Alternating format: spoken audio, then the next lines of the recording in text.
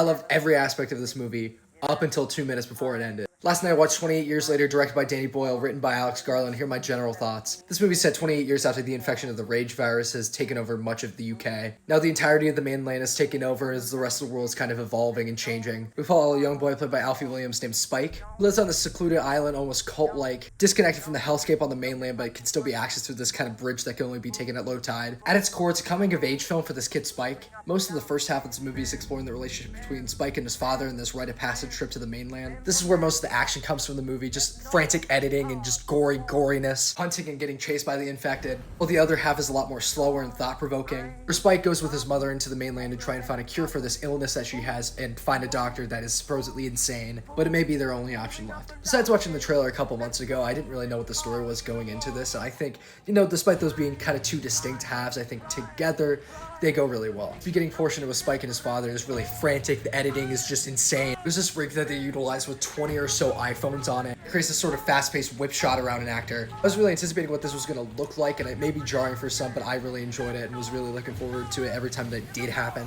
While the first half is very action-oriented, fast-paced, gory, a lot of what makes it tense is the family drama and the setup for the actual town that this boy is living in. We really get to see everything through this kid's eyes and all the influences on him. That's one of the major themes of the movie. And for a zombie movie, shit gets really real in terms of family drama that occurs in this movie. This movie, when you break it down to its core, when you strip all the zombies and the cult shit away, it's really about the value of a life and what it means for people around it to affect it, or I guess infect it. There's definitely some parallels with that and a lot of the stuff going on with his mother to the actual zombies in the film, which I think elevates their purpose a lot more. What it is to take a life, what it is to save a life, what it is to live with death. All the more encapsulated in the second half of this movie. Sure, was I genuinely terrified through much of this beginning half? Yes. But it was also, in a sense, beautiful getting to see these characters go into the mainland, getting to see them watch this, the way that everything has ravished this place, but it's been left alone at the same time. Fear, excitement. There are themes in the beginning half of this film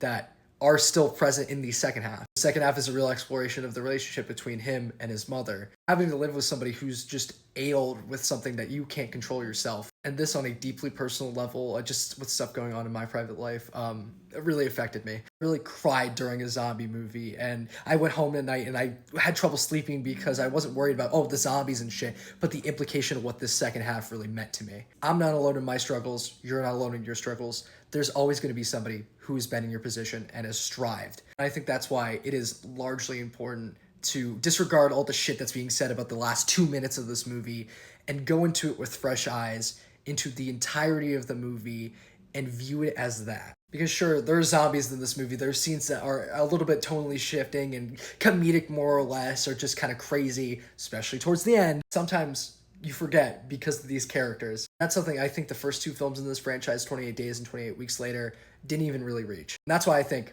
it is the best one. If this movie would have ended 2 minutes earlier, I think I would have given this a 5 on a rewatch. But there's such a drastic tonal shift that I do understand the reason for it, and it's mentioned in the beginning. I'm gonna make a video about it, but I think it more or less alienated the audience and a lot of the people that I was with. The first immediate reaction was not to regard any of the rest of the movie. It was just to say, oh my god, this happened. It kind of disappointed me, but at the same time, it shows that this movie probably wasn't really test screened at all, which is great. So if you haven't seen this movie and you plan on seeing it, I recommend going in with a open mind to evaluate it as a whole and not just that tiny little bit at the end. And while I don't like the ending's conclusion in the film, I get thematically why it's there and what's leading to, because there is a new film coming out called 28 Years Later, The Bone Temple. You gotta set shit up, okay? The last thing I wanted to mention was the soundtrack made by Young Fathers, a group I've never heard of, is one of the best soundtracks of the entire year. Anyway, I give this movie a 4.5 out of 5 stars. It's the second best movie I've seen this year behind Sinners. And follow for more content like this, because I do plan on making a spoiler review of this film as well as an evaluation of what I think personally the ending means. Because I have a take. I think I have a take.